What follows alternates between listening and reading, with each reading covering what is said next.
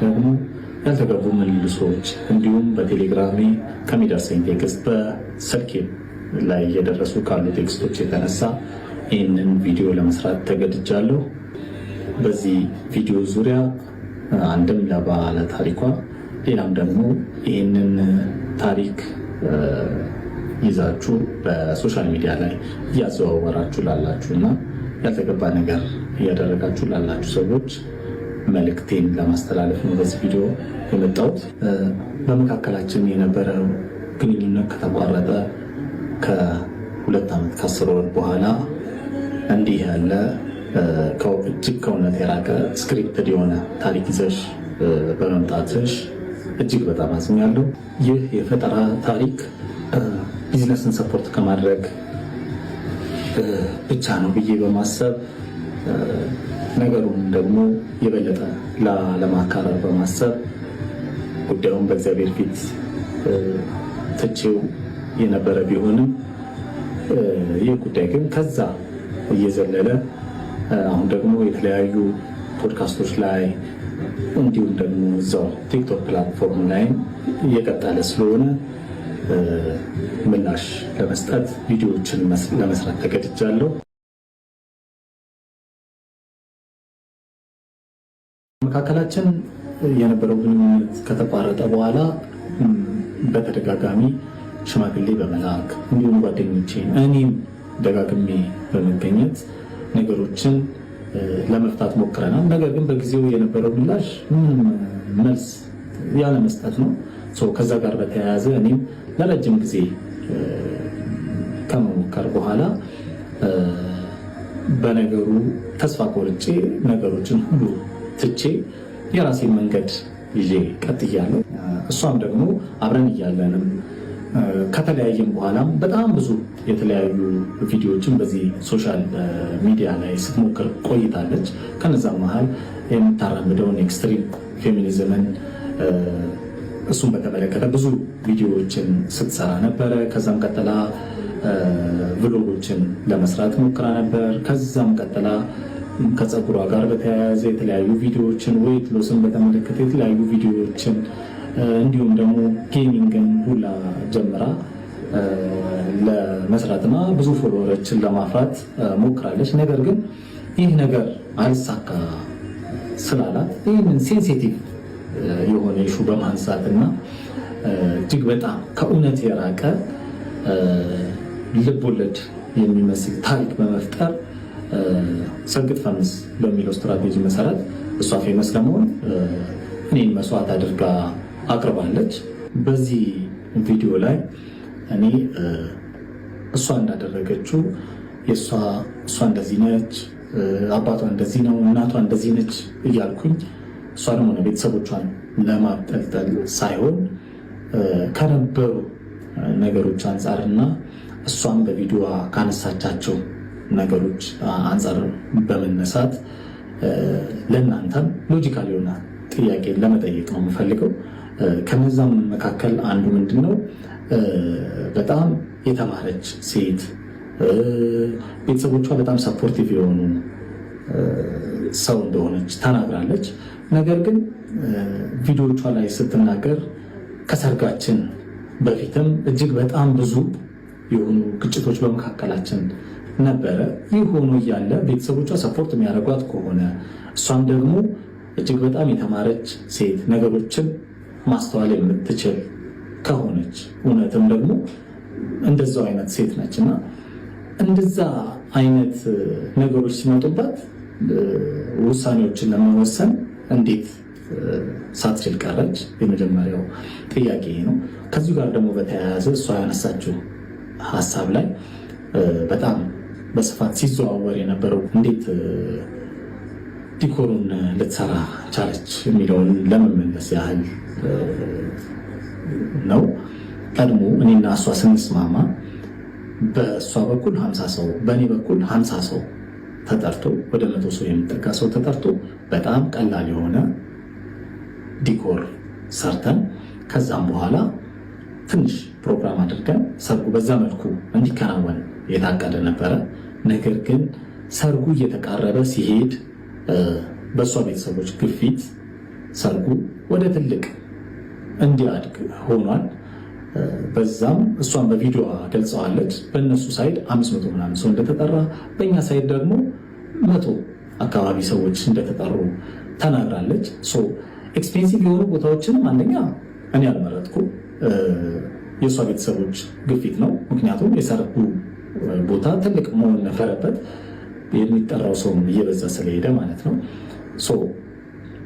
በመቀጠል ደግሞ ሌላው ደግሞ ዲኮሩን በአጠቃላይ ማኔጅ ታረግ የነበረችው እሷ ነች እና ዲኮሩ ሊሰራ ሰርጉ ሊሆን 3 ቀን አካባቢ ሲቀረን ዲኮሩን እሷ እንዳለችው አባቷ እኔ ከፍዬ ላሰራ ብሎ ነበር። ነገር ግን እኔም እሷም ተነጋግረን ስፔሻሊ ደግሞ እሷ ነበረች ያን ነገር ዲሳይድ የምታደርገው ዲኮሩን ከዲኮር ጋር በተያያዘ እና ያንን ነገር አብረን በጋራ ወስነን ዲኮሩን እኛ እንደምንሰራ ተነጋግረን ልንሰራው ሞክረናል። ነገር ግን በዕለቱ በአንዳንድ ነገሮች አለመሰካካት ምክንያት ዲኮሩን ላንጨርስ ችለናል። በዋዜማው እንደውም የሰርጉ ዕለት እኔ ቦታው ድረስ ተገኝቼ እስከ 6 ሰዓት ዲኮሩን ሌሎች ልጆች ተቀጥረው መጥተው እሷ እንዳለችው አባቷ ከዚህም በተጨማሪ በገንዘብ ዙሪያ ያነሳቸው ኢሹዎች አሉ። በመጀመሪያ ዲኮር በሚመለከት ሙሉ ለሙሉ የዲኮሩን ገንዘቡን ጨምሮ ማኔጅ የምታደርግ የነበረችው እሷ ነች። ገንዘቦች በጠቅላላ የሚገቡት ወደ እሷ አካውንት ነበረ። ከዛም በተጨማሪ ደግሞ የኮፊ ሾፑን ገንዘብ ማኔጅ የምታደርገው እሷ ነች። ኢቨኒፍ ደግሞ እኔ የምሰራው የራይድም ገንዘብ በእሷ በኩል ነበረ ማኔጅ የምናደርገው። ቶታሊ ገንዘቡን ኮንትሮል የምታደርገው እሷ ነበረች። ከዛም በኋላ እዛው ላይ ያነሳችው አንድ ሹ ደግሞ እንደ ትልቅ ግጭት ስልኬን እስከ መስበር ደረስኩ ያለችበት ግጭት የመጣው አንድ ቲቪ ስቴሽን ላይ የዲኮር ስራ ለመስራት በመስማማታችን ለዛ ቴሌቪዥን ስቴሽን የሚያስፈልጉ የዲኮር እቃዎችን ለመግዛት ወደ መርካቶ በምንሄድበት ጊዜ የእቁብ ገንዘብ ደርሶን ነበረ። ያንን ገንዘብ በወቅቱ ጓደኛዬ የባንክ ክፍያ ስለነበረበት ለሱ አሳልፌ ሰጥቼ ከዛም በኋላ እኔ ደግሞ ከሌላ ጓደኛዬ ገንዘብ ተበድሬ አምጥቻለሁ። ነገር ግን በዛ ጊዜ ወደ ግጭት ውስጥ የከተተን የእቁብ ገንዘቡን እያለን ለምን ወደ ሌላ ብድር ውስጥ መግባት አስፈለገ የሚል ነገር አጋጭቶን ነበር። በዛ ሰዓት ደግሞ እኔም በነበረው ግጭት መሀል በጓደኞቼ አትምጭ አይነት ንግግሮች መጥተው ነበረ። ያ ነገር በጣም አበሳጭቷት ስልክ እስከ መስበር ምናምን ድረስ ደርሳለች በወቅቱ። እኔም ደግሞ ያ ነገር ጥፋትም ስለሆነ ይቅርታ ጠይቄ አልፏል። ከዛም በተጨማሪ ኮንትሮል እደረጋለሁ ውሃ ለመጠጣት እስከማልችል ድረስ ምናምን የሚሉ ሌሎች ሀሳቦችን ከዛም በተጨማሪ ሌሎችም እዚህ ማህበራዊ ሚዲያ ላይ ሊወጡ የማይገቡ ስፔሻሊ እንደኖርንበት ማህበረሰብ እንዳደግንበትን ቤተሰብ እንደዚህ አይነት ኢሹዎች እዚህ ሶሻል ሚዲያ ላይ ወጥቼ ለማውራት እኔ እንደዛ አይነት አስተሳሰብም ስለሌለኝ እዚህ ሶሻል ሚዲያ ላይ ወጥቼ መናገር አልፈልግም። ከነዛ ጋር በተያያዘ የተለያዩ ውሸቶች ፈጥራ ታሪኩን በማጋነን ለዚህ አድርሰዋለች። በመጀመሪያ እንደዚህ አይነት ስብዕና የለኝም። እንደው ነገሩ እሷ እንዳለችው እንደዚህ አይነት አስተሳሰብ ኖሮኝ እንኳን ቢሆን እሷ ከምትከተለው ኤክስትሪም ፌሚኒዝም አንጻር አትቢ አጠጪ እስከሚለው ድረስ ታግሳ እዚህ ደረጃ አንደርስም ነበረ። ነገር ግን ለዚህ አስተሳሰብ እና እንደዚህ አይነት ውሸቶችን ለመፍጠር የዳረጋት ብዬ ማስበው አንደኛ የነበረባት ቻይልድሁድ ትራውማቲክ ኤክስፒሪየንስ እና የምትከተለው የምታቀነቅነው የኤክስትሪም ፌሚኒዝም አስተሳሰብ፣ ከዛም በተጨማሪ ደግሞ አምላክ የለም የሚለው ኤቲዝም አስተሳሰቧ ለዚህ ዳርጓታል ብዬ አስባለሁ።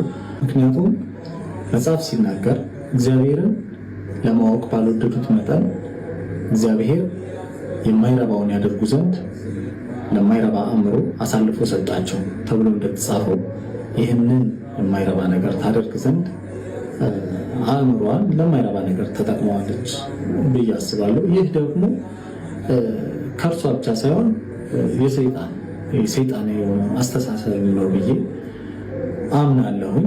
ከዚህ ጋር በተያያዘ ደግሞ ነገሩ ይቆማል ብዬ ብጠብቅም ከዚህ ከቲክቶክ አልፎ ደግሞ በዩቲዩቦች ላይ በሌሎችም ቦታዎች ላይ እየተሰራጨ ስለሚገኝ ይህን ነገር ለማስቆም ሲባል እና የስም ማጥፋት ዘመቻውንም ለማስቆም ሲባል ወደ ሕግ የሚሄድ መሆኑን ለማሳወቅ እወዳለሁ። በሶሻል ሚዲያ ላይ የምታሰራጩ እንዲሁም በዩቲዩብ ላይ የምታቀርቡ ሰዎች እውነተኛነቱን የታሪኩን እውነተኛነት ሳታረጋግጡ ለፍርድ ባትቸኩሉ መልካም ነው ብዬ አስባለሁ። ከዛ በተጨማሪም ደግሞ የሀሳቡ ዋነኛ ማስተላለፍ የተፈለገው ነገር ምንድን ነው የሚለው ነገር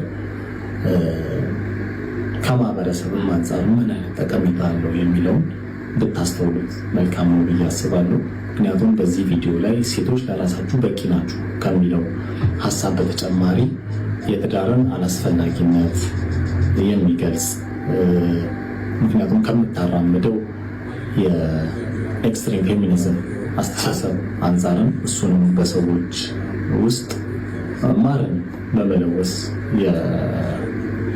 የማቅረብ አይነት ነገር ስለሆነ ያን ነገር ቀድማችሁ ፈትሻችሁ ብታዩት መልካም ነው ብዬ አስባለሁ። እንደዚህ ባለ ሀሳብ ምን ያህል ትዳር ይፈርሳል የሚለውን ለእናንተ ጥያቄውን መተው ፈልጋለሁ። ሆኖ በመካከላችን ከተፈጠረው ልዩነት በኋላ እኔ ከወደቅኩበት ጌታ ኢየሱስ ክርስቶስ አንስቶኝ ታሪኬ ሙሉ ለሙሉ ቀይሮ ለክብሩ አቁሞኛል። መጽሐፍ ሲናገር ማንም በክርስቶስ ቢሆን አዲስ ፍጥረት ነው፣ አሮጌው ነገር አልፏል፣ እነሆ አዲስ ሆኗል ተብሎ በሁለተኛ ቆሮንቶስ 5:17 ላይ እንደተጻፈው እኔም አዲስ ፍጥረት ነኝ። ስለዚህ ከነዚህ ሐሰተኛ ቪዲዮዎች ጋር የተያያዘ ምንም አይነት ሀሳብ ከዚህ በኋላ የማልሰጥ መሆኑን ለመግለጽ እወዳለሁ። በመጨረሻም በተደጋጋሚ አድራሻዬን ስጠይቁ ለነበራችሁ አድራሻዬ የከበደ ሸክሜን ላራግፍ ከሄድኩበት ከመስቀሉ ስር